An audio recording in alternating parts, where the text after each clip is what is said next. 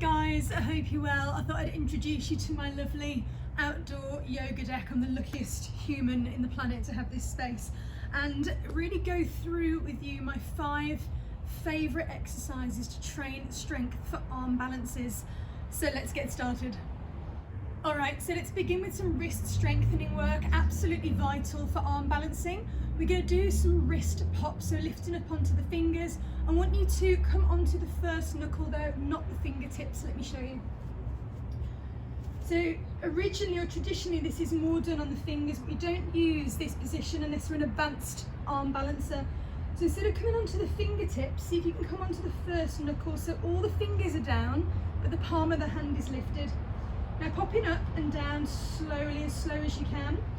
You're going to want to start off with your weight a little bit back until you get strong. But eventually you're going to come forwards.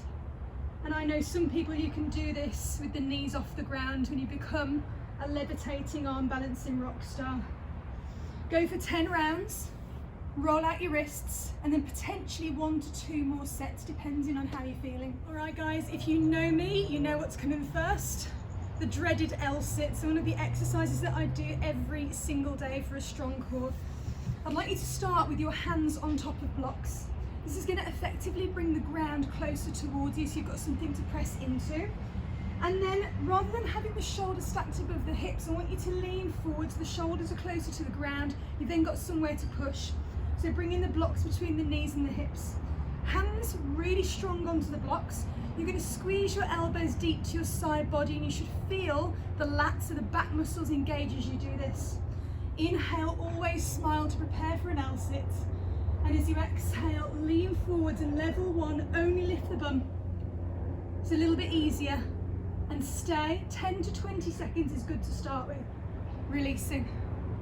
For your level 2, you're going to keep the feet on the ground but drag the heels back, so you're in kind of like a ski slope shape. Inhale, smiling always. Exhale, leaning forwards, pushing, and then pulling the heels back. Stay as long as you can. And then for the full L-sit, hands onto the blocks. Inhale, biggest smile ever. As you exhale, empty all of the air out, engage the core and lift everything. The nose hairs, the eyebrows, the corners of the mouth. Stay as long as you can and release every single day. Okay, the next exercise, which is really good for engaging the lats and the latissimus dorsi, the lat muscles are a very, very important part of core training. They're huge muscles that support the whole body, so we have to get them super strong. These are called downward facing dog push-ups, and these are lifted from my teacher Brian's course, and they're absolutely amazing. So we come to down dog. From here, we're going to walk the feet a little forward, so a shortened downward facing dog shape. Now keep your butt lifted. Inhale, lean forward. You want the shoulders way over the wrists. Then imagine you're kind of falling off the edge of a cliff. The nose angles down towards the fingers. You hold 5, 4, 3, 2, 1. Push and come back. That's 1 round. Notice how I'm not dipping the belly here, or it's not a plank position, it's a shortened plank. I'll show you once more.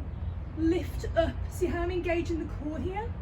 And then elbows point back towards you. 5, 4. These are super hard. 3, 2, 1. Push. Release.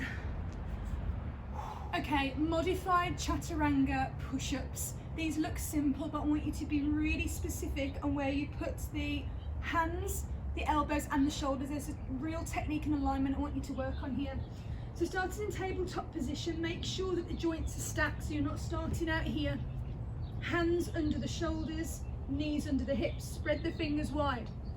As you inhale, shift forwards. I want your shoulders way over your fingers. Now elbows pointing back and come down only halfway, no lower than chest. Push back up and release. Come again. Shift way forwards. As you come down, the elbows are at a 90-degree angle exactly, and the elbows are over the wrists. This is hard. Now as you push up, don't press back, press directly up. And then back into child's pose. I'll show you once more without talking. Exhale.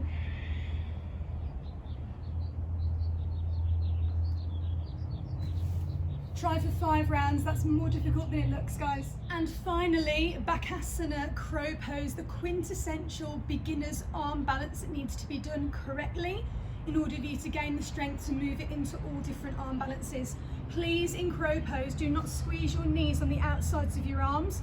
You're doing yourself a disservice because you're not allowing the arms to brace. You should be using the strength of the arms, not the knee pressing into them. So you want to place the knees in the back of the triceps. If you're just beginning, I want you to come down and crouch, sending your bottom down towards your heels. Now reach as far forward to the block as you can, really far, and put it down the highest setting up. Now from here, hands down, lift your bum a little bit. Make sure you're not out to the side here. Knees on the back of the arms. Now keep the feet on the ground, lean forward. Watch the elbows stack over the wrists, not back here, you're going to fall backwards. Here. Now drop your third eye onto the block, stay, and then work to engage the core and lift the feet. Eventually be able to look up and over the block. People who are more experienced take a regular crow, but make sure that the knees are facing forward and the toes are up by the bum.